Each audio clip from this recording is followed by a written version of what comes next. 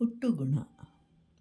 ಒಂದು ನದಿಯ ದಡದಲ್ಲಿ ಋಷಿಗಳೊಬ್ಬರು ತಪಸ್ಸನ್ನು ಆಚರಣೆ ಮಾಡ್ತಾ ಇರುವಾಗ ಆಕಾಶ ಮಾರ್ಗದಲ್ಲಿ ಹಾರುತ್ತಿದ್ದ ಗಿಡ್ಗನ ಬಾಯಿಂದ ಇಲಿಯೊಂದು ಜಾರಿ ಋಷಿಯ ಕೈಯಲ್ಲಿ ಬಿತ್ತು. ಋಷಿಯು ತಪೋಧನನು. ಇಲಿಯು ಬಹಳವಾಗಿ ಹೆದರಿತ್ತು. ಋಷಿಯನ್ನು ಕಂಡು ತಾವು ನನ್ನನ್ನು ತಮ್ಮ ಆಶ್ರಮಕ್ಕೆ ಕರೆದೊಯ್ಯಿರಿ, ಕಾಪಾಡಿ ಅಂತ ಹೇಳಿ ಪ್ರಾರ್ಥನೆಯನ್ನು ಮಾಡುತ್ತೆ. ಋಷಿಗೂ ಕರುಣೆ ಉಂಟಾಯಿತು. ಆದರೆ ಬೇರೆಯವರು ಇಲಿಯನ್ನು ಕಂಡು ನಗುವರು ಅಂತ ಹೇಳಿ ಭಾವಿಸಿಕೊಂಡು ತನ್ನ ತಪಸ್ಸಿನ ಶಕ್ತಿಯಿಂದ ಇಲಿಯನ್ನು ಪುಟ್ಟ ಬಾಲಕಿಯನ್ನಾಗಿ ಬದಲಾಯಿಸಿದರು. ಆಶ್ರಮದ ಬಳಿಗೆ ಬರುತ್ತಿದ್ದಂತೆ ಋಷಿ ಪತ್ನಿಯು ಕೇಳ್ತಾಳೆ.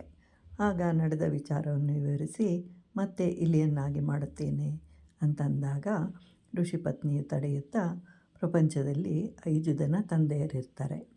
ಜನ್ಮ ಕೊಟ್ಟ ತಂದೆ, ಸಲಹುವವನು, ವಿದ್ಯೆ ಕಲಿಸುವವನು, ಊಟ ಕೊಡುವವನು ಮತ್ತು ಪ್ರಾಣದಾನ ಮಾಡುವವನು.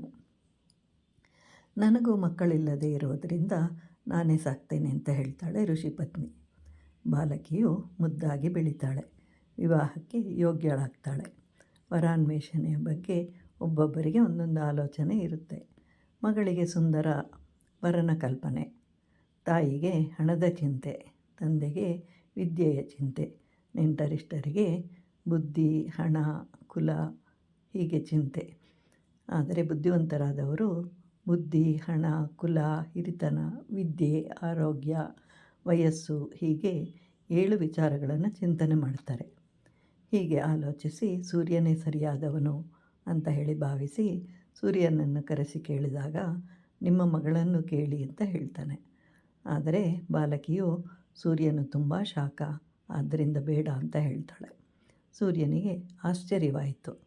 ಸೂಕ್ಷ್ಮಗ್ರಾಹಿಯಾದ್ದರಿಂದ ಅರ್ಥ ಮಾಡಿಕೊಂಡು, ಮುನಿವರ್ಯ, ಮೇಘರಾಜನು ನನಗಿಂತಲೂ ಶಕ್ತಿಶಾಲಿ, ಅಡ್ಡ ಬಂದರೆ ನನ್ನನ್ನು ಮರೆ ಮಾಡ್ತಾನೆ ಅಂತ ಹೇಳ್ತಾನೆ.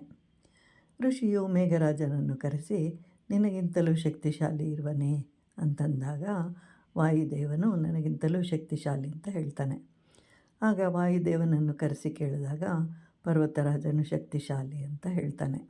ಕೊನೆಗೆ ಪರ್ವತರಾಜನನ್ನು ಕೇಳಿದಾಗ ಮೂಷಿಕರಾಜನು ನನಗಿಂತಲೂ ಶಕ್ತಿವಂತನು, ಪರ್ವತವನ್ನು ಕೊರೆದು ತನಗೆ ಮನೆಯನ್ನು ನಿರ್ಮಿಸಬಲ್ಲನು ಅಂತ ಹೇಳ್ತಾನೆ.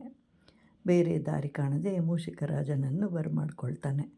ಮಗಳನ್ನು ಕೇಳಿದಾಗ ಹಿಂದಿನ ಜನ್ಮದ ನೆನಪು ಬಂತು. ಸಂತೋಷದಿಂದ ಕುಣಿದಾಡಿದಳು. ತನ್ನನ್ನು ಇಲಿಯನ್ನಾಗಿ ಮಾಡಿ ಮದುವೆ ಮಾಡಿ ಅಂತ ಹೇಳ್ತಾಳೆ.